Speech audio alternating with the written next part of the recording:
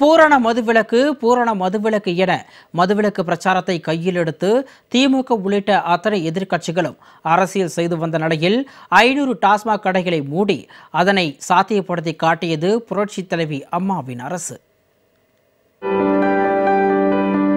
2016 சட்டமன்ற தேர்தலின் போது தமிழ்நாட்டில் மதுவிலக்கு படிப்படியாக அமல்படுத்தப்பட்டு பூரண மதுவிலக்கு என்ற நிலை எய்தப்படும் என வாக்குறுதியளித்தார் புரட்சித் தலைவி அம்மா.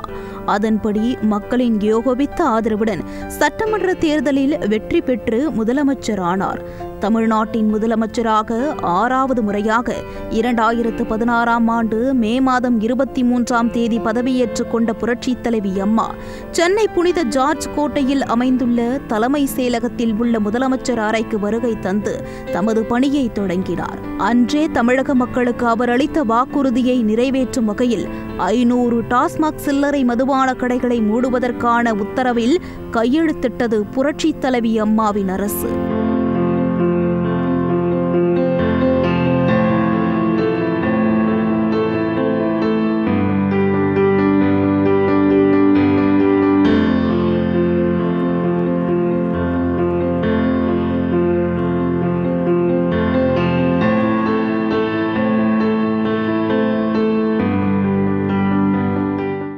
தமிழ்நாட்டில் 23 ஆண்டுகால அமலில் இருந்த மதுவிலக்கை 1971ஆம் ஆண்டு ரத்து செய்தது வேறு யாரும் இல்லை, சாட்சாத் அப்போதைய முதலமைச்சராக இருந்த கருணாநிதிதான்.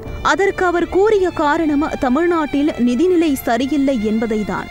காந்தி பிறந்த குஜராத் மாநிலம் தவிர்த்து சுதந்திர இந்தியாவில் மதுவிலக்கு அமலில் இருந்த ஒரே மாநிலம் தமிழகம் என்றிருந்த நிலையில் அந்த பெருமையை சிதைத்த பெருமை கருணாநிதியை சாரும். அதனாலேயே தமிழ்நாட்டையே குடிக்க வைத்து கெடுத்தார் என்ற தீரா பழிக்கு இன்றும் ஆளாகி நிற்கிறார் கருணாநிதி.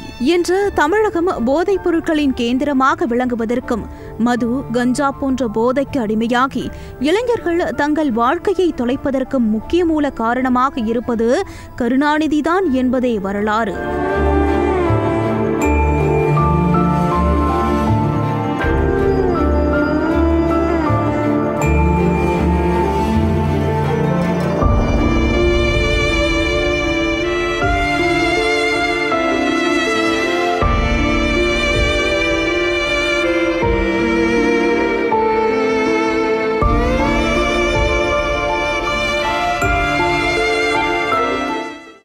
தமிழ்நாட்டில் பூரண மதுவிலக்கு என்பது ஒரே நாளில் சாத்தியம் இல்லை, அதற்கு சமூக மாற்றம் என்பது மிக அவசியம் என்பதை உணர்ந்த புரட்சித் தலைவி அம்மா முதலில் சில்லறை மதுபான கடைகள் திறந்திருக்கும் நேரம் குறைக்கப்படும், கடைகளின் எண்ணிக்கை குறைக்கப்படும், பின்னர் சில்லறை மதுபான கடைகளுடன் இணைந்த பார்கள் மூடப்படும், குடிப்பழக்கத்திற்கு உள்ளாகி உள்ளோரை மீட்பதற்கான மீட்பு நிலையங்கள் ஏற்படுத்தப்படும். இவை அனைத்தும் செயல்படுத்தப்பட்டு படிப்படியாக பூரண மதுவிலக்கு என்னும் லட்சியம் அடையப்படும் என பூரண மதுவிலக்கின் அத்தனை சாத்திய கூறுகளையும் ஆராய்ந்தே மக்களுக்கு வாக்களித்திருந்தார். புரட்சித் தலைவி அம்மாவின் வாக்குறுதியில் இருந்த நியாயத்தின் ஆழத்தை புரிந்து கொண்ட மக்கள் புரட்சித் தலைவி அம்மா தலைமையிலான ஆட்சியையே தொடர்ந்து 2வது முறையாக மீண்டும் தேர்வு செய்தனர். மதுவை பற்றி அறியாத ஒரு தலைமுறைக்கு மதுவை அறிமுகப்படுத்திய திமுக தலைவர் திரு கருணாநிதியும் திமுகவினரும் இது பற்றி பேசுவது வினோதமானது. சாத்தான் வேதம் ஓதுகிறது என்று இதைத்தான் சொல்லுவார்களோ? மதுவிலக்கை பற்றி யார் வேண்டுமானாலும் பேசலாம், ஆனால் திரு கருணாநிதி பேசக்கூடாது, திமுகவினர் பேசக்கூடாது. 1948ஆம் ஆண்டு அண்ணல் காந்தியடிகள் பிறந்த நாளிலிருந்து தமிழகத்தில் பூரண மதுவிலக்கு அமல்படுத்தப்பட்டது. ஆனால் 1971ஆம் ஆண்டு ஆகஸ்ட் மாதம் அன்றைய முதலமைச்சர் திரு கருணாநிதியால் மதுவிலக்கு நீக்கப்பட்டது. இந்தியாவில் தயாரிக்கப்படும் அயல் நாட்டு மது வகைகள், சாராயம் மற்றும் கள் விற்பனைக்கான கடைகள் மாநிலம் முழுவதும் திறக்கப்பட்டன. மதுவிலக்கை நீக்கி குடியின் பழக்கத்திற்கு தமிழக மக்களை திரு கருணாநிதி ஆட்படுத்த முற்பட்ட போதே மூதறிஞர் ராஜாஜி அவர்கள் கொட்டும் மழையில் திரு கருணாநிதியை அவரது இல்லத்தில் சந்தித்து காலில் விழுந்து இறைஞ்சும் வகையில் கெஞ்சிய போதும் அதை உதாசீனப்படுத்தி மதுவை தமிழ்நாட்டிற்கு கொண்டு வந்தவர் திரு கருணாநிதி. ஏன் இதே தேர்தலில் தமிழ்நாட்டில் பூரண மதுவிலக்கு அமல்படுத்தப்படும் என வாக்குறுதி அளித்தது திமுக. ஆனால் திமுகவின் வாக்குறுதிகள் என்பது வெற்று பொய் மூட்டைகள் தான் என்பதை உணர்ந்திருந்த தமிழக மக்கள் புரட்சி தலைவி அம்மாவை தொடர்ந்து 2வது முறையாக முதல்வர் நாற்காலியில் அமர வைத்து அழகு பார்த்தனர். இதற்கு முக்கிய காரணமாக இருந்தது 1996 சட்டமன்ற தேர்தல். இந்த தேர்தலின் போது எந்த வாய் தமிழ்நாட்டில் அமல்படுத்தியதோ அதே வாய் பூரண மதுவிலக்கு கொண்டு வரப்படும் என வாக்குறுதி அளித்தது. ஆனால் அந்த வாக்குறுதி திமுக ஆட்சிக்கு வந்ததும் குழி தோண்டி புதைக்கப்பட்டதுதான் 2016 தேர்தலின் போது மக்கள் திமுகவை முற்றிலுமாக புறக்கணிக்க காரணமாக இருந்தது.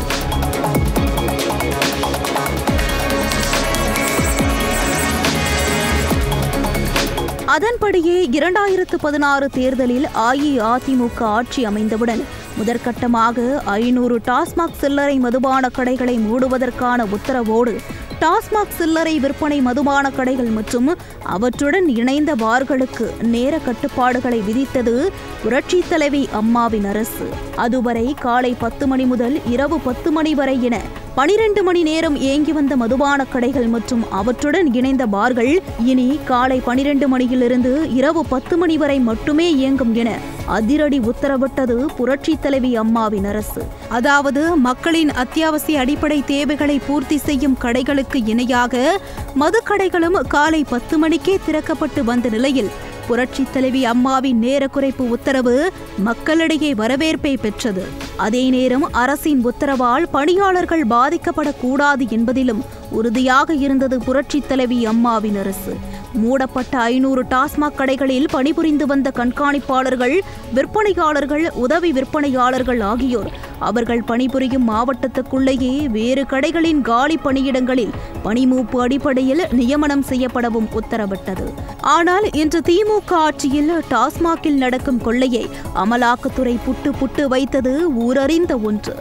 போலி மதுபானம் விற்பனை, டாஸ்மாக் ஊழியர்கள் பணியிட மாற்றம், போக்குவரத்து டெண்டர், பார் உரிமம் டெண்டர், திமுகவுக்கு சாதகமான மதுபான நிறுவனங்களுக்கு மட்டுமே ஆர்டர், இதற்கெல்லாம் மேலாக பாட்டிலுக்கு 10 ரூபாய் முதல் 30 ரூபாய் வரை வசூல் என திமுக ஆட்சியில் நடக்கும் டாஸ்மாக் கொள்ளையின் லிஸ்ட் நீண்டு கொண்டே போகிறது.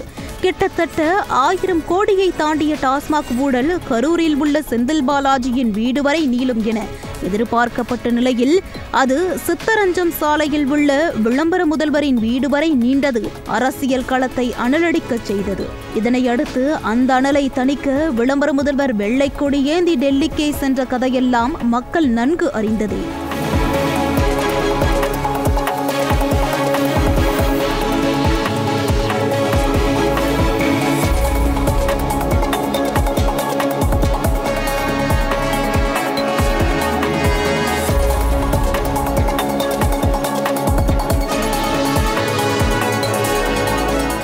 அது மட்டுமா, ஒரு பக்கம் பூரண மதுவிலக்கு என்ற பெயரில் 500 கடைகளை மூடுவதாக அறிவித்துவிட்டு மறுபக்கம் சப்தமே இல்லாமல் FL2 மதுக்கடைகளின் எண்ணிக்கையையும் அதிகரித்து வருகிறது திமுக. FL2 என்பது மணமகள் மன்றங்களில் செயல்படும் மதுக்கடைகள். அரசு கட்டுப்பாட்டின் கீழ் இயங்கும் மதுக்கடைகளை குறைப்பதற்காக மேடைகள் தோறும் முழங்கிக் கொண்டு மணமகள் மன்றங்கள் என்ற பெயரில் தனியார் மதுக்கடைகளுக்கு அனுமதிகளை அள்ளி வீசி வருகிறது திமுக. FL2 வகை மதுக்கடைகளில் வெளிநாட்டு மதுபானங்கள் மட்டுமே விற்பனை செய்ய வேண்டும். காலை 11 மணிக்கு துவங்கி இரவு 11 மணி வரை இயங்கலாம் என எண்ணற்ற கட்டுப்பாடுகள் இருக்கின்றது. ஆனால் திமுக ஆட்சியில் டாஸ்மாகின் கிளைகள் போலவே மணமகள் மன்றங்கள் இயங்கி வருகின்றன. அது மட்டுமா, 24 மணி நேரமும் மணமகள் மன்றங்களில் தங்கு தடையின்றி மதுபானம் ஆராய் ஓடுவது வேதனையின் உச்சம் என்றே சொல்ல வேண்டும். நியூசிலாந்து மற்றும் ஆஸ்திரேலியாவில் பிடிபட்ட சூடோபெட்ரின் என்ற உயர் ரக போதைப்பொருள் விசாரணை இறுதியில் அறிவாலயம் வரை நீண்டது எல்லாம் கொடுமை என்றே சொல்ல வேண்டும். இந்தியாவிலிருந்து சத்துமாவு, தேங்காய் பொடி உள்ளிட்ட பொருட்களுடன் சூடோபெட்ரின் போதைப் பொருள் கலந்து நியூசிலாந்து மற்றும் ஆஸ்திரேலியா போன்ற நாடுகளுக்கு கடத்தப்படுவதாக எழுந்த குற்றச்சாட்டில் திமுக சென்னை மேற்கு மாவட்ட அயலகாணி துணை அமைப்பாளர் ஜாஃபர் சாதிக் கைது செய்யப்பட்டார்.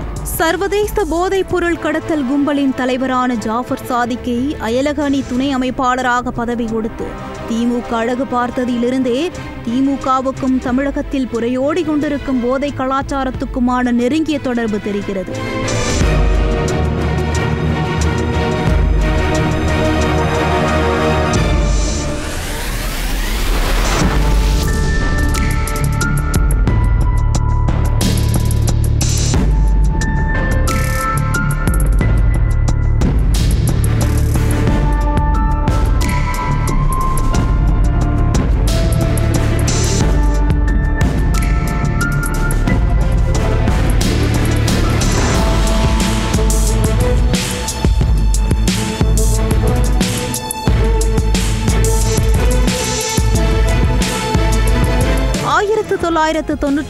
ஆண்டு முதலாக தமிழகத்தின் முதலமைச்சராக ஆட்சி பொறுப்பேற்ற புரட்சி தலைவி அம்மா பாக்கெட் சாராயத்தை தனது அதிரடி நடவடிக்கையால் அடியோடு ஒழித்து கட்டினார். அது மட்டுமா, தமிழகத்தில் ஏதேனும் ஒரு பகுதியில் கள்ளச்சாராயம் விற்பனை செய்யப்படுவது கண்டுபிடிக்கப்பட்டால் அதற்கு அப்பகுதியின் காவல் நிலைய அதிகாரியும் கிராம நிர்வாக அலுவலரும் தான் பொறுப்பேற்க வேண்டும் என கள்ளச்சாராயம் விற்பனைக்கு எதிராக புரட்சி தலைவி அம்மாவின் அரசு தனது சாட்டையை சுழற்றியதன் விளைவு தமிழ்நாட்டில் கள்ளச்சாராய விற்பனை முற்றிலும் கட்டுப்படுத்தப்பட்டது. ஆனால் இன்று கள்ளக்குறிச்சி விஷசாராய மரணங்களை குறிப்பிடாமல் திமுகவின் போதை வரலாற்றை நிறைவு செய்யவே முடியாது. கள்ளக்குறிச்சி விஷசாராய மரணங்களை தடுக்க தவறியதாக கூறி அம்மாவட்ட எஸ்பி சமைன் சிங் மீனாவை விளம்பர திமுக அரசு சஸ்பெண்ட் செய்தது. பின்னர் ஓரிரு மாதங்களிலேயே அவரது சஸ்பென்ஸ் உத்தரவை ரத்து செய்து தாம்பரம் மாநகர காவல் ஆணையகரத்தில் போக்குவரத்து துறை ஆணையராக பணி வழங்கி அழகு பார்த்தது இந்த விளம்பர திமுக அரசு. இப்படிப்பட்ட திமுகவுக்கு மது ஒழிப்பு பற்றி பேசுவதற்கு அருகதையே இல்லை என்பதுதான் அனைத்து தரப்பு மக்களின் தார்மீக உணர்வாக உள்ளது.